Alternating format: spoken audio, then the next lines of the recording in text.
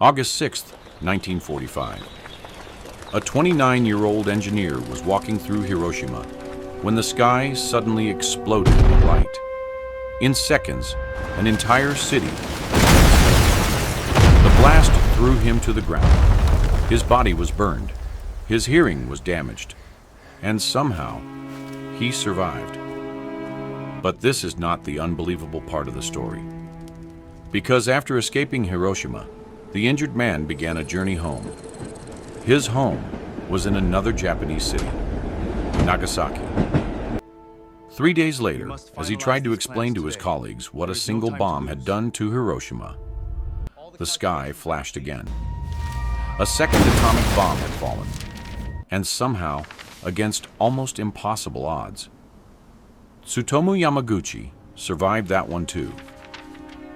This is the extraordinary true story of the man officially recognized as a survivor of both Hiroshima and Nagasaki. And surviving the explosions was only the beginning. In the summer of 1945, Tsutomu Yamaguchi was 29 years old. He was an engineer working for Mitsubishi Heavy Industries.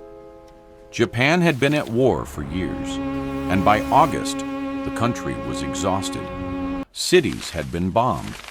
Resources were disappearing. Millions of people had already died across the wider war. But Yamaguchi still had a job to do. His work had taken him away from his hometown of Nagasaki to Hiroshima. It was supposed to be temporary. By early August, his assignment was coming to an end. Soon, he would finally return home. On the morning of August 6th, Yamaguchi was preparing for another ordinary working day. Nothing about that morning could have told him that his name would eventually become connected to one of the most extraordinary survival stories in modern history. High above Hiroshima, however, something unprecedented was approaching. An American B-29 bomber named Enola Gay was carrying a weapon unlike anything previously used in war. At approximately 8:15 that morning, the bomb was released. Yamaguchi was only a few kilometers from where it would explode. Then, he saw the light. The flash was overwhelming. For an instant, the world around Yamaguchi seemed to disappear into brilliant light. He instinctively threw himself toward the ground. Then came the blast. The pressure wave ripped across Hiroshima. Buildings collapsed. Windows shattered. Debris became projectiles. Yamaguchi was thrown by the force of the explosion. His upper body was badly burned, and one of his eardrums was damaged. When he regained awareness, the city he had known only moments earlier was almost unrecognizable. People emerged injured and confused. The scale of destruction was difficult to comprehend because almost nobody on the ground understood what had just happened. This wasn't an ordinary bombing raid. One bomb had devastated a city. Yamaguchi had survived the initial explosion, but now he faced another problem. How do you escape a city whose infrastructure has just been shattered? And even if he escaped, where could he possibly go? The answer was obvious. Home, Nagasaki. Yamaguchi spent the night in Hiroshima. Imagine his condition. His body had been burned. His hearing had been damaged. Around him was destruction on a scale the world had barely begun to understand. Yet he was alive. Eventually, he made his way through the devastated city. Somehow, transportation out of Hiroshima was still possible, and Yamaguchi began traveling home. Think about how extraordinary that journey must have been. Only hours earlier, he had been close to the center of the world's first atomic attack used in warfare. Now he was sitting on a train, carrying the physical evidence of it on his body. His destination was Nagasaki. To him, Nagasaki represented safety. His family was there. His home was there. Hiroshima had suffered something unimaginable. Surely the same thing couldn't happen again. Yamaguchi reached Nagasaki. He received treatment for his injuries. He was back with his family. He had survived. If his story ended here, it would already be remarkable. But history was moving faster than anyone around him realized. Because while Yamaguchi was recovering, another atomic weapon was being prepared. Only 3 days after Hiroshima, Yamaguchi returned to his workplace. He was injured, bandaged, still recovering, and he had an almost impossible story to tell. He tried to describe what he had seen in Hiroshima. One aircraft, one bomb, an enormous city devastated almost instantly. To someone who hadn't witnessed it, the story must have sounded impossible. How could one bomb cause destruction on that scale? Then, at around 11:02 in the morning, the question answered itself. Another flash filled the sky.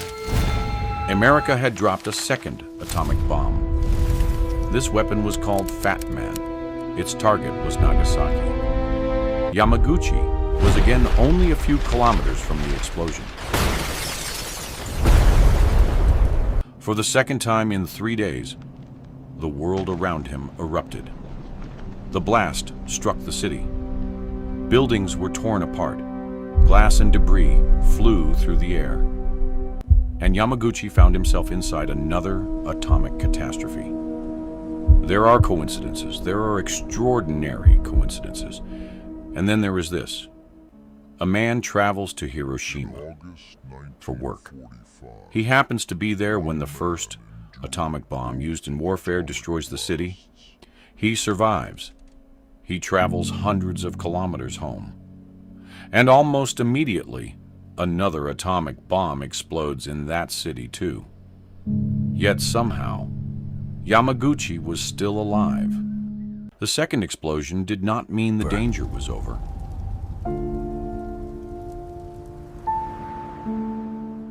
Atomic weapons created threats that many people at the time could not see. Radiation, contaminated environments, burns, infections, long-term illness. Yamaguchi had now been exposed to the consequences of 2 nuclear explosions. His family had also been placed in danger by the Nagasaki attack. Across Hiroshima and Nagasaki, the human cost was enormous. People who survived the initial explosions faced burns, injuries, and radiation-related illnesses. For Yamaguchi, survival therefore wasn't a single moment. It became a process. First, he survived Hiroshima. Then he survived the journey home. Then Nagasaki. Then the aftermath. And eventually, something else happened that may be even more surprising. He recovered enough to build a life. Yamaguchi eventually returned to work. During the post-war period, he worked as a translator for American occupation forces, later taught school, and eventually returned to engineering work with Mitsubishi. He and his wife raised a family. Years passed, then decades. The young engineer, who had stood beneath 2 atomic skies, grew into an old man. But surviving something doesn't necessarily mean leaving it behind. The memories of Hiroshima and Nagasaki remained with him. For much of his life, Yamaguchi wasn't internationally famous. He was one of the many Japanese survivors known as hibakusha, people affected by the atomic bombings. And there was another remarkable detail. Yamaguchi wasn't necessarily the only person who had experienced both attacks. Researchers have identified many others believed to have been present in both cities. But Yamaguchi's case would eventually become unique for another reason: official recognition.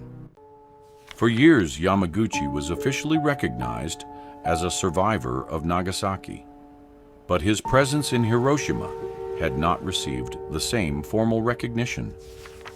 That finally changed in 2009.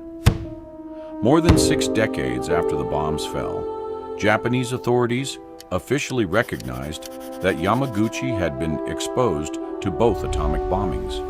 He became the only person officially recognized by the Japanese government as a Niju Hibakusha, a twice-bombed person. He was 93 years old. Think about that timeline. He was 29 when Hiroshima disappeared in a flash around him. 3 days later, Nagasaki was struck. Then he lived for more than 60 additional years before receiving formal recognition for having experienced both. But by then, Yamaguchi wasn't interested only in telling people that he had survived. He wanted them to understand what he had survived. As Yamaguchi grew older, he became increasingly willing to speak publicly about his experiences. He wrote about what he had seen. He participated in efforts to preserve survivors' memories, and he became an advocate for nuclear disarmament. In 2006, at around 90 years old, he traveled to New York and addressed the United Nations in connection with nuclear disarmament. The man, who had once been a young engineer, simply trying to get home, had become a living connection to 2 of the most consequential moments of the 20th century. His survival gave him something few people could possess: first-hand memory of both atomic attacks. But his message wasn't, "Look how lucky I was." The significance was much larger. He had seen what nuclear weapons did to human beings, twice, and he wanted future generations to understand it without ever having to experience it themselves. And this brings us to the strangest question in Yamaguchi's story. How did he survive? Twice? There is no magical explanation. Distance from the explosions mattered. Physical surroundings mattered. Chance mattered enormously. Tiny differences in position could mean radically different outcomes. A wall, a ditch, a building, a few hundred meters, a few seconds. History can sometimes turn on details that seem meaningless until after the event. Yamaguchi happened to survive Hiroshima. Then he happened to be able to leave. He happened to return to Nagasaki before the second attack. And once there, he survived again. If just one piece of that sequence had changed, we might never have known his name. But perhaps the most astonishing statistic isn't that one man survived both bombs. It's that hundreds of thousands of ordinary people were suddenly placed inside events that no human population had ever experienced before. Every survivor had a story. Yamaguchi's was simply one of the most extraordinary. Tsutomu Yamaguchi lived until 2010. He was 93 years old. The man who had survived Hiroshima, survived Nagasaki, survived the immediate injuries, and lived through more than 6 decades of the nuclear age, eventually died from stomach cancer. His story, however, did not disappear with him.